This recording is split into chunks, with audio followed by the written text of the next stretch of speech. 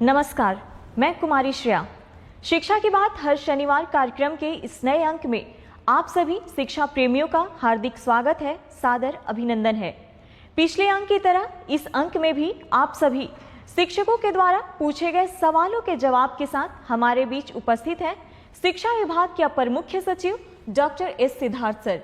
Sir, बहुत बहुत स्वागत है आपका शिक्षा की बात हर शनिवार के इस नए अंक में। सर, आज का जो सबसे पहला सवाल है वो ट्रांसफर के संबंध में है। कहते हैं ट्रांसफर के संबंध में कुछ अपडेट देना चाहेंगे। देखिए, जैसे कि आपको पहले मैंने पिछली बार भी बताया कि 1,30,000 टीचर्स का ट्रांसफ़र हम लोगों ने जिले सब आवंटन किए गए थे और साथ ही साथ उनका स्कूल आवंटन की प्रक्रिया सभी जिलों में शुरू हो गई है। सभी डीओज़ ने अपना काम शुरू कर दिया है। हम लोग एवरीडे रिव्यू करते हैं और हम लोग उम्मीद करते हैं कि करीब जून 20 तक सभी शिक्षकों के इनबॉक्स में उनके नए स्कूल का आवंटन आ जाएगा और ताकि वे समय पे नए स्कूल में अपना योगदान दे सकें। हम लोगों ने दो चीज़ ज़रूर कहा है। एक तो है कि जैसे ही योगदान वो दूसरे स्कूल में देंगे, जिस भी तिथि को 30 जून से पहले, वे अपने पुराने स्कूल से स्वतः विरमित हो जाएंगे। उनको अलग से विरमिति लेने की ज़रूरत नहीं है। ई शिक्षा को ऑटोमेटिकली उनको विरमित कर देगा। और दूसरा ये था कि हम लोगों ने यह भी सभी को कहा कि आप लोग डीओ के कार्यालय में चक्कर नहीं लगाएं, क्योंकि पूरी गोपनीय और पारदर्शिता से स्कूल का आवंटन किया जा रहा है और आपको वैसे भी पता नहीं चलेगा कि आपका कौन सा जो रिकॉर्ड है और कौन सा पोस्टिंग ऑर्डर है वो आपको वैसे भी पता नहीं चलेगा। इसलिए आप थोड़ा धैर्य रखिए और 20 तारीख को जब अपने इनबॉक्स में देख लीजिएगा और साथ ही साथ नए स्कूल में अपना योगदान दें। तो ये हम लोगों ने ऑलरेडी कहा है। और ट्रांसफ़र पोस्टिंग में ज़्यादा चिंता मत करिए। आप लोग अपना छुट्टी मनाइए, अपने छुट्टी पे जाइए, छुट्टी मनाइए और अपने परिवार के साथ समय बिताइए। सर, अगला जो प्रश्न है वो ये है कि बच्चे छुट्टियों में क्या करेंगे? देखिए, इस बार हम लोगों ने छुट्टियां दी हैं और समय पे छुट्टियां अभी आ गई हैं और अगला सप्ताह से सब लोग छुट्टी पे रहेंगे। बच्चे दो चीज़ें कर सकते हैं। या तो अपने माता पिता के साथ विभिन्न स्थान घूम सकते हैं और जो गांव में बैठे हैं, जो गांव में ही रह गए, उनके लिए हम लोग समर कैंप चला रहे हैं। और समर कैंप में विशेषकर जो क्लास 5 और क्लास 6 के जो बच्चे हैं उनके लिए समर कैंप है और इसमें मैथमेटिक्स, गणित, टीएलएम जैसी गतिविधियां हम लोग उस गांव में हम लोग कराएंगे। तो जो बच्चे घूमने जा रहे हैं अच्छी तरह घूमें और जो बाकी बच्चे बच गए हैं वे समर कैंप में भाग लें और अपना गणित और टीएलएम के माध्यम से मतलब शिक्षा विद जॉय, मतलब खुशी खुशी अपना कोई लें। दूसरा है कि हम लोगों ने, आपको जानकारी होगा, हम लोगों ने होमवर्क भी सभी कक्षाओं के लिए वेबसाइट में डाला है और सभी स्कूल के जो टीचर्स हैं वो डाउनलोड करके बच्चों को अपना होमवर्क लिखवाएंगे। तो जब भी आपको समय मिले तो बच्चे अपना होमवर्क करें और अभिभावक से अनुरोध है कि वे बच्चों को अपना होमवर्क करने में मदद करेंगे। सर, एक शिक्षिका हैं प्रियदर्शिनी नवादा से, कहती हैं छात्रों को गर्मियों की छुट्टी में दिए गए गृह कार्य को लेकर क्या विभाग द्वारा कोई अभिभावकों के लिए वीडियो या ऑडियो संदेश या व्हाट्सएप मैसेजिंग सामग्री साझा की जाएगी जिससे वे सही ढंग से मार्गदर्शन कर सकें? देखिए, हम लोगों ने चिट्ठी दी है और ऐसा कोई हम लोग वीडियो मैसेजेस नहीं देंगे। मेरा इतना ही है कि जो अभिभावक हैं, क्योंकि अब 24 घंटे बच्चों के साथ अभिभावक रह पाएंगे, तो एक पढ़ाने की आदत उनको पड़ी होनी चाहिए, मतलब बच्चों को। और हम लोगों ने जो चिट्ठी में लिखा है कि अगर घर पे हैं तो एक पढ़ने का स्थान वो निर्धारित करेंगे जहाँ पर बच्चे बैठ के पढ़ेंगे, या तो टेबल चेयर या चटाई पे, और एक वातावरण उस प्रकार का घर पे बनाएंगे जहाँ पे बच्चे एक कोने में बैठ के पढ़ें। थोड़ा पोस्टर्स लगाएं, गणित के पोस्टर्स लगाएं और चार्ट पेपर लगाएं, ये सब थोड़ा वातावरण बने। तो जो बच्चे घर पे हैं, हम चाहते हैं कि एक पढ़ने की ललक माता पिताओं के साथ बैठ के हो उसकी, और ये लर्निंग प्रोसेस जो है उसको और रुचिकर बनाने की कोशिश करें, ताकि जब वे स्कूल में बाद में आएँ तो एक पढ़ने की ललक उसमें हो और एक पढ़ने की आदत हो, और बच्चे खेलें कूदें। मतलब छुट्टी का समय है, बरसात भी आई गई है, तो बच्चे अपना खुशी मनाएंगे।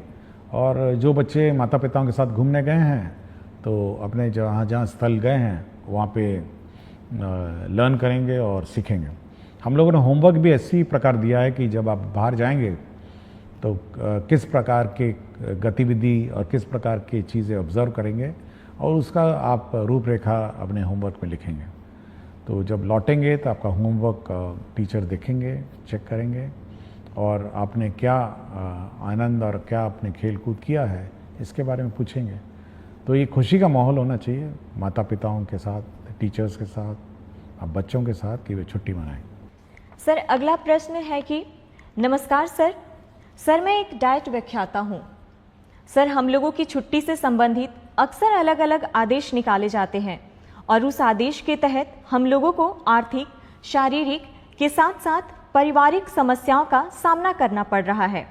जैसे 3 दिन से अधिक की छुट्टी प्राचार्य स्तर से नहीं बल्कि निदेशक महोदय के स्तर से होगी।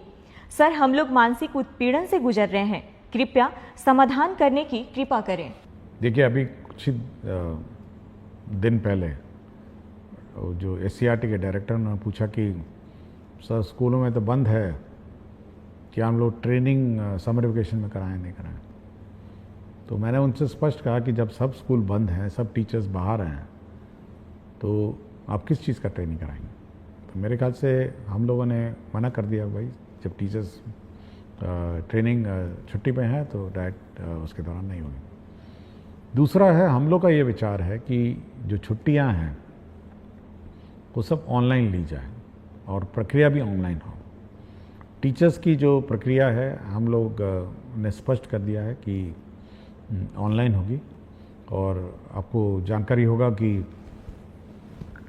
कुछ ही दिन पहले हम लोगों ने ये गाइडलाइन इशू किया है, इसमें स्पष्ट किया है कि किस प्रकार की छुट्टी कौन स्वीकृत करेगा और कितने दिनों में स्वीकृत करेगा। तो छुट्टियां स्वीकृति में स्पष्टता होनी चाहिए, ये हम लोगों का मत है। टीचर्स के लिए हम लोगों ने कर दिया है, तो डाइट के लिए भी हम कर देंगे। सर अगला सवाल कुमारी निधि प्राथमिक विद्यालय सुहाग किशनगंज से करती हैं। कहती हैं, एसीए सर को मेरा प्रणाम। महोदय, मेरे विद्यालय में शून्य निवेश पर एक निपुण बाल मंच कोना बनाया गया है, जिसमें बच्चे अपने मन की करते हैं और अपने द्वारा लिखी हुई कविताएं, कहानियां, अपने द्वारा हस्त निर्मित वस्तुएं और जो भी उन्हें मन करता है वह वहां पर बनाकर प्रदर्शित करते हैं। क्या ऐसा निपुण बाल मंच कोना हर विद्यालय के लिए तैयार किया जा सकता है? महोदय, यह बच्चों के लिए काफी रोचक, उत्साहवर्धक और रचनात्मक रहेगा। धन्यवाद। देखिए, मैं इस निपुण बाल मंच को देखना चाहूँगा, क्योंकि अब तो छुट्टियाँ हैं, तो जब भी खुलेगी तो मैं ज़रूर इस निपुण बाल मंच को देखना चाहूँगा। और मेरा अपना मानना है कि जो बच्चे अपने स्वतंत्र और स्वच्छ भाव से जब कोई भी चीज़ की रचना करते हैं तो वह उत्कृष्ट होती है, और अपने जो भावनाओं का जो प्रकटीकरण है वो मतलब बिल्कुल स्वतंत्र रूप में जब करते हैं तो बिल्कुल उच्च कोटि का होता है। तो सभी स्कूलों को यह उम्मीद और कोशिश होनी चाहिए कि बच्चों की जो भावनाएं हैं, बच्चों का जो हुनर है, उसको प्रकट करने का मौका देना चाहिए। और मैं ज़रूर इस विद्यालय में इस मंच को देखना चाहूँगा जब भी मुझे समय मिलेगा। सर अगला सवाल, मैं एक भुक्तभोगी डाइट व्याख्याता हूँ। सर मुझे जानना है कि एक शिक्षक या व्याख्याता कितने घंटे तक बिना थके पूरी ऊर्जा के साथ पठन पाठन का कार्य निर्बाध रूप से जारी रख सकते हैं। सर हम लोग सुबह 8 बजे से प्रशिक्षण शुरू करते हैं और 6:30 तक ये चलता रहता है। सर विगत कुछ वर्षों से इस तरह का थकाऊ, उबाऊ और नीरस प्रशिक्षण देते देते हम लोग ऊर्जा विहीन हो चुके हैं। कृपया मार्गदर्शन देने की कृपया करें। देखिए, बड़ी चिंता का विषय है। मैंने और मेरा अपना मत है कि जो भी टीचर है, जब तक वो एंजॉय नहीं करेगा अपना टीचिंग प्रोसेस को, तो कुछ नहीं डिलीवर करेगा, खड़ा रहेगा, रूटीन वे में कुछ पढ़ाएगा। तो हम लोग की कोशिश है कि फर्स्ट हाफ में रीडिंग राइटिंग और ये सब जो भारी भड़कम टीचिंग है वो होनी चाहिए, और सेकंड जो पार्ट है जो लंच के बाद है उसमें रोल प्लेज होना चाहिए कि टीचर को कैसे पढ़ाना है, स्टूडेंट्स को कैसे इंटरेक्ट करना है। तो हम एक बार फिर से इसको रीलुक करेंगे छुट्टियों में कि कैसे पाठ्यक्रम पढ़ाए जाए, क्योंकि हेवी पाठ्यक्रम पढ़ा के आप डिलीवर नहीं कर सकें। और हम लोग का उद्देश्य जो है बेसिकली डाइट का वो सब्जेक्ट पढ़ाना नहीं है। हम लोग का उद्देश्य यह है कि बच्चे कैसे पढ़ाया जाए, बच्चे अध्ययन कैसे करेंगे और बच्चों का जो एक्टिविटी है वो कैसे हो, इस पर ज़्यादा ध्यान है। नॉट कि बैठ के फिजिक्स पढ़ाएं, केमिस्ट्री पढ़ाएं, ये हम लोग का काम नहीं है। इसलिए इसको एक बार डिज़ाइन करेंगे, और जब भी समर वेकेशन के बाद डाइट और एससीईआरटी के कोर्सेज शुरू होंगे तो एक नए लुक में हम लोग इसको लॉन्च करेंगे। सर, एक शिक्षक हैं संजय यादव, उत्क्रमित मध्य विद्यालय कोडरा हाता, हथवा, गोपालगंज से। कहते हैं, महोदय, आपके द्वारा अभिभावक शिक्षक संगोष्ठी के लिए एक कैलेंडर जारी किया गया है। अभी से पूर्व भी संगोष्ठी का आयोजन कई मर्तबा किया जा चुका है, पर संगोष्ठी से संबंधित प्रधानाध्यापक और प्रभारी प्राचार्य के नाम से जो पत्र कल के डेट में आपकी तरफ से निर्गत हुआ है, वह हमें यह सीख देती है कि किसी आयोजन अथवा मौका को अत्यंत महत्वपूर्ण कैसे बनाया जाता है। क्या इस मौके पर हम अपनी कक्षाओं के बच्चों का मासिक मूल्यांकन रिपोर्ट अभिभावकों को बता सकते हैं, ताकि हमारे बच्चे का अपडेट अभिभावकों को मिल सके? देखिए, आज शनिवार है और आज छुट्टी से पहले संगोष्ठी के लिए संबंध में मैंने पत्र लिखा था। इसमें देखिए, ये जो पेरेंट टीचर मीटिंग है ये बहुत महत्वपूर्ण मीटिंग है, और इसमें इसीलिए मैं इसको बहुत महत्वता देता हूँ और इसीलिए मैं अपने दस्तखत से इसको निर्गत करता हूँ। देखिए, इसमें बच्चों का क्या प्रोग्रेस रहा है यह टीचर को बताना होता है। जो क्लास टीचर होती है उसको बताना होता है कि आपका बच्चा ठीक है, आपका बच्चा पढ़ाई में थोड़ा कमज़ोर है, घर पे पढ़ाइए। उसके प्रोग्रेस के बारे में पेरेंट्स को बिल्कुल स्पष्ट होना चाहिए। मैथ्स का, फिजिक्स का, रीडिंग है, सब है। तो ये बिल्कुल बहुत ही महत्वपूर्ण है, और अगर यदि बच्चा समय पे स्कूल नहीं आता है तो माता पिताओं को उसको बोलना भी पड़ता है। तो ये एक बहुत ही इम्पॉर्टेंट फोरम है जहाँ पे माता पिता के साथ टीचर इंटरेक्ट करते हैं, बच्चे के शैक्षणिक कार्यों के बारे में चर्चा करते हैं। देखिए, स्कूल में तो टीचर गाइड करते हैं, लेकिन घर पे माता पिता गाइड करते हैं, और एक बहुत महत्वपूर्ण गाइड करने का एक माध्यम है। इसलिए माता पिता को भी पता होना चाहिए कि उनका बच्चा क्या कर रहा है, स्कूल में कैसी पढ़ाई कर रहा है, क्या उसकी रुचि है। तो ये बहुत महत्वपूर्ण कार्य है। और हम लोगों ने आज जो लास्ट पेरेंट टीचर मीटिंग है छुट्टी से पहले, वह इसीलिए किया कि बच्चों को पता होना चाहिए कि स्कूल ने उनको होमवर्क दिया। हो सकता है माता पिता को नहीं पता चले कि आज होमवर्क भी दिया है, या पेरेंट्स को क्या करना है, समर कैंप के बारे में वो जानकारी देंगे, और पेरेंट्स को क्या छुट्टियों में बच्चों के साथ करना है, इसके बारे में गाइड करने के लिए ही आज जो पेरेंट टीचर मीटिंग का आयोजन किया जा रहा है। तो वो इसी का महत्वपूर्ण एक अंश है। सर, अगला सवाल रवि शंकर दास, यूएमएस खरुधा प्रखंड, ठाकुरगंज, जिला किशनगंज से करते हैं। आदरणीय एससीए सर, हमारे विद्यालयों में प्रत्येक शनिवार को जिस प्रकार बैकलेस सैटरडे में विभिन्न प्रकार के एक्टिविटीज को शामिल किया गया है, उसमें योग को भी समाहित करने की कृपा की जाए, जिससे हमारे बच्चों को योग का लाभ प्राप्त हो सके। देखिए, बैकलेस सैटरडे में कुछ तो हम लोग फिक्स्ड आइटम्स हैं, कुछ तो हम लोगों ने ये जारी कर दिया है, और आप वेबसाइट में नया बैकलेस सैटरडे के गाइडलाइंस देख सकेंगे। इसके अलावा स्कूल पर ये हम लोगों ने छूट दी है कि योग करें या जो भी सिखाना चाहे, क्योंकि अगर हम लोग कंपलसरी कर देंगे, यह संभावना है कि वहाँ लोकल टीचर नहीं मिलेंगे। तो यह स्कूल पे छोड़ दिया गया है कि इसके अतिरिक्त जो करना चाहें और जो एक्टिविटी करना चाहें तो वो कर सकते हैं। और योग बहुत अच्छी बात है, और बहुत सारे स्कूल कराते भी हैं। तो बैकलेस सैटरडे में बिल्कुल फ्रीडम है, जो करिकुलम है उसके अतिरिक्त है। डिज़ास्टर पे बात होती है, संगीत के बारे में बात होती है, स्पोर्ट्स के बारे में बात होती है, और बच्चे को जो की चीज़ रुचि और जो क्यूरोसिटी है उसके बारे में बात होती है। इसलिए हम लोग बिल्कुल छूट दी हुई है। ये बिल्कुल टाइड अप सैटरडे नहीं है कि यही करना है और इसी पर काम करना। सर, एक शिक्षिका है बेबी कुमारी गोनवा पोवारी उच्च विद्यालय से, कहती हैं सर, क्या हर महीने होने वाली अभिभावक शिक्षक संगोष्ठी के लिए कोई एकीकृत रिपोर्टिंग प्रारूप या पोर्टल विभाग उपलब्ध कराएगा जिससे सभी विद्यालय एक समान रूप से रिपोर्ट भेज सके? देखिए, इतना रिपोर्ट अगर आने लग जाए तो हम लोग का तो विभाग बिल्कुल का सर चकरा जाएगा, और ज़्यादा रिपोर्ट हम लोग को चाहिए भी नहीं। हम लोग देखिए, हम लोग ये उम्मीद करते हैं कि अभिभावक और जो शिक्षकगण उस स्थानीय स्तर पर समस्याओं का समाधान करेंगे, स्थानीय स्तर पर अपना हल निकालेंगे। अब हर चीज़ हम रिपोर्ट लेके, हर चीज़ हम अगर इकट्ठा करने लगे तो उसका कोई हल हम नहीं निकाल पाएंगे। हाँ, फीडबैक अगर आपके पास है कोई संगोष्ठी के बारे में कि कैसे अच्छा करना है या उसमें सुधार करना है, तब तो बात सही है, लेकिन हर चीज़ का रिपोर्ट हम नहीं ले सकते ना। ये हम चाहते हैं कि पेरेंट और स्टूडेंट और टीचर आपस में स्थानीय स्तर पर विचार करें और मामले का समाधान निकालें। सर, एक शिक्षिका है अंकिता दरभंगा से, कहती हैं सर, कुछ स्कूलों में अभी भी कुछ बच्चों को अभ्यास पुस्तिकाएं नहीं मिली हैं। क्या इसके लिए एक तेज ट्रैक शिकायत निवारण प्रणाली बनाई जा सकती है जिससे हम संगोष्ठी से पहले यह सुनिश्चित कर सकें?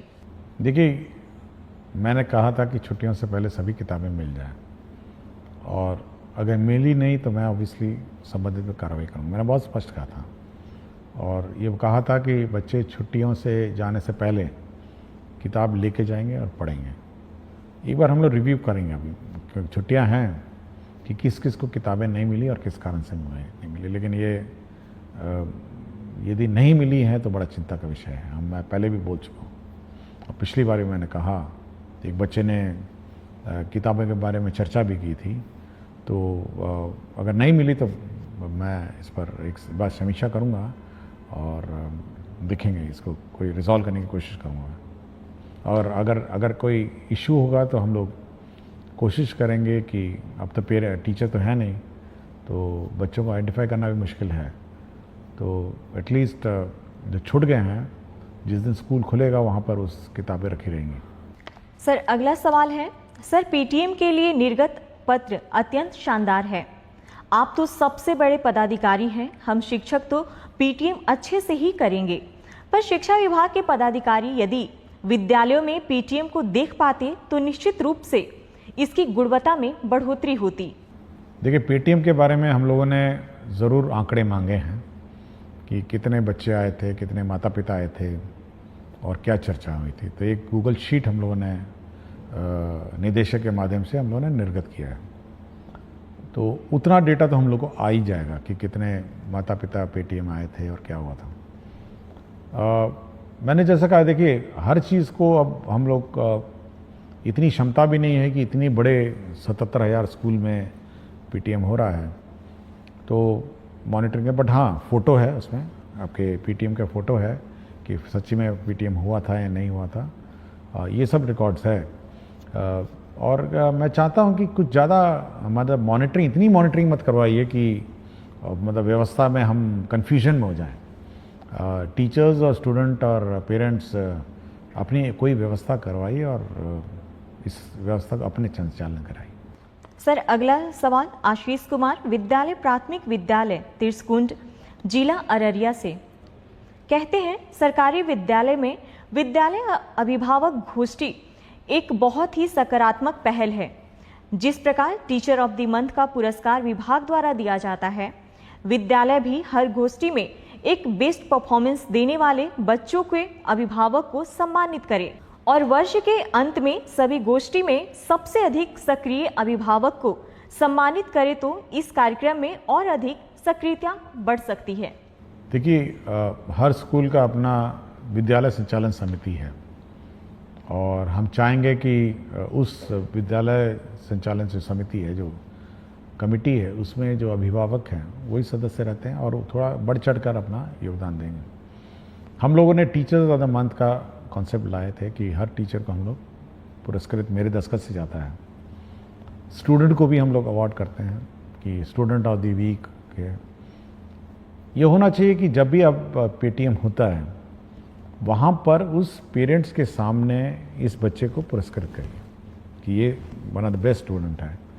इससे दो कारण हो सकते हैं। एक तो जो अभिभावक हैं वो प्राउड फील करेंगे, देखिए मेरे बेटे को स्टूडेंट ऑफ द वीक या 15 दिन में जो भी है अपना फोर्टनाइट है इसको पुरस्कार मिला। और दूसरे जो अभिभावक हैं उनको ये प्रेरणा होगी कि भाई मेरा बच्चा भी अच्छा परफॉर्म करे। तो ये बहुत ही इम्पोर्टेंट फोरम है कि उस फोरम पर के सामने आप ये पुरस्कार देंगे, तो ये एक अच्छी बात होगी। मतलब ये कि उस पेरेंट्स के सामने सभी पेरेंट बैठे हुए हैं तो बच्चों को पुरस्कृत की जाए। सर, आज का आखिरी सवाल। सुहानी कुमारी वर्ग 7वीं कन्या मध्य विद्यालय अमला की छात्र हैं। कहती हैं, सर मुझे सारी किताबें मिल गई है, उसके लिए सर का धन्यवाद। पर मेरे मन में एक प्रश्न है कि आपके बहुत सारे फोटो हम देखे हैं और सभी में आप वाइट शर्ट पहनते हैं, तो क्या इसके पीछे कोई राज है? सर, हम बच्चे जानना चाहते हैं। देखिए, पिछली बार आपने प्रश्न उठाया था आपकी किताबों के बारे में, तो अच्छी बात है किताबें मिल गई हैं। और एक और प्रश्न भी था कि सुपौल में एक स्कूल था जो नया बना हुआ था और उसका संचालन नहीं हो रहा था, वो भी शुरू हो गया था मंडे को, वो भी शुरू हो गया। तो जो भी प्रश्न पिछले बार इश्यूज़ उठे थे उनका समाधान हो गया है। जहाँ तक वाइट शर्ट की बात है, देखिए इसकी दो कारण हैं। देखिए, हर स्कूल का अपना यूनिफॉर्म होता है, उसका ये कारण होता है कि सभी बच्चे मतलब एक तरह दिखते हैं, मतलब नीले कमीज़ों में दिखते हैं। और दूसरा, उनको उस कमीज़ पे ज़्यादा ध्यान नहीं देना है। मतलब जब स्कूल के लिए तैयार होकर आते हैं तो एक ही कमीज़ है, मतलब नीली कमीज़ पहननी है, नीली पैंट पहननी है या निकर पहनना है। और उसी प्रकार मेरा भी जो कबर्ड है उसमें ऑफिस के लिए जब तैयार होता हूँ तो केवल 2 ही प्रकार के कपड़े हैं, वाइट कमीज़ें हैं और ब्लैक पैंट है। तो मुझे ध्यान और मुझे दिमाग नहीं लगाना पड़ता है कि आज सुबह ऑफिस में क्या पहन के जाऊंगा। उसी वाइट में से एक शर्ट उठाता हूँ, उसी ब्लैक पैंट में पैंट पहनता हूँ और मुझे अपने मन और मस्तिष्क में तनाव नहीं रहता है। एक तो फॉर्मल है, मैं तो कोई रंगीन नहीं पहन सकता हूँ और मतलब जीन्स और टी शर्ट पहन के तो ऑफिस नहीं जा सकता। एक बहुत ही सभ्य और फॉर्मल ओकेशन है। और दूसरा ये है कि ज़्यादा दिमाग लगाने की आवश्यकता नहीं मुझे। ज़्यादा दिमाग अपने काम पे लगाइए, ज़्यादा दिमाग अपने मतलब जो आज दिन भर करना है उसके बारे में सोचिए कि आज दिन भर क्या करना है। तो ज़्यादा दिमाग मेरा उसी में लगता है। और जब मैं नहाता हूँ तब सोचता हूँ कि आज दिन भर का क्या काम है, उसको रिवाइज़ करता हूँ कि ऑफिस जाऊँगा तो ये करूँगा, फिर 11 बजे ये करूँगा, 12 बजे ये करूँगा, 12:30 इन लोगों को मैंने समय दिया है और 1 बजे 1:30 बजे मैं खाना खाने आऊँगा, फिर 3 बजे ये करूँगा। तो पूरा रिवाइज़ होता है, एक पूरा प्रक्रिया। जब मैं तैयार हो रहा था तो पूरा मेरा दिनचर्या बिल्कुल रिवाइज़ होता है, मेरे दिमाग में बैठा रहता है। मुझे कभी भी एंगेजमेंट पैड देखने की ज़रूरत नहीं है कि आज दिन भर मुझे क्या करना है। और पूरा कंठस्थ याद रहता है कि शाम 7 बजे 8 बजे आज किसी की शादी में जाना है, आज किसी के सालगिरह में जाना है, ये भी नपा तुला रहता है। तो इसलिए ये दिमाग बिल्कुल नहीं लगाना पड़ता मुझे। और कमीज और पैंट और शर्ट में मैं ज़्यादा दिमाग नहीं लगाता। वाइट शर्ट और ब्लैक पैंट यही 2 है जो मैं ऑफिस पहन के जाता हूँ। इसके अंदर मैं कोई रंग नहीं पहनता हूँ। इसलिए मैं बच्चों को भी कहता हूँ अपना यूनिफॉर्म पहनिए, सभी लोग यूनिफॉर्म पहनिए, सब इज्जत से दिखेंगे और ज़्यादा माथापच्ची नहीं है। कभी कभी मैं देखता हूँ बच्चे यूनिफॉर्म नहीं पहनते, कोई रेड टी शर्ट पहना हुआ है, कोई वाइट टी शर्ट पहना हुआ है, तो एक तो भिन्नता हो जाती है ना स्कूल में, एक जैसे दिखते नहीं हैं, समानता नहीं है स्कूल में। और अगर हम लोग छोड़ दें बिना यूनिफॉर्म के तो आप सोचते हैं कि जो अमीर बच्चा है वो अमीर बच्चे की तरह ड्रेस करने लग जाएगा, जो गरीब बच्चा है वो गरीब की तरह ड्रेस करने लगेगा। एक कंपटीशन और प्रतिस्पर्धा हो जाएगी कि देखिए वो बहुत अच्छा पहन के आई है, वो बहुत अच्छा पहन के आया है, हम भी पहनेंगे। तो ये सब छोड़ के सब एक रूपता, एक साथ कपड़े पहनिए और ध्यान शिक्षा और शिक्षा ग्रहण में लगाइए। बहुत बहुत धन्यवाद सर। शिक्षा की बात हर शनिवार कार्यक्रम के अगले सप्ताह में आप सभी शिक्षकों और बच्चों के प्रश्नों के साथ फिर से मिलेंगे। धन्यवाद।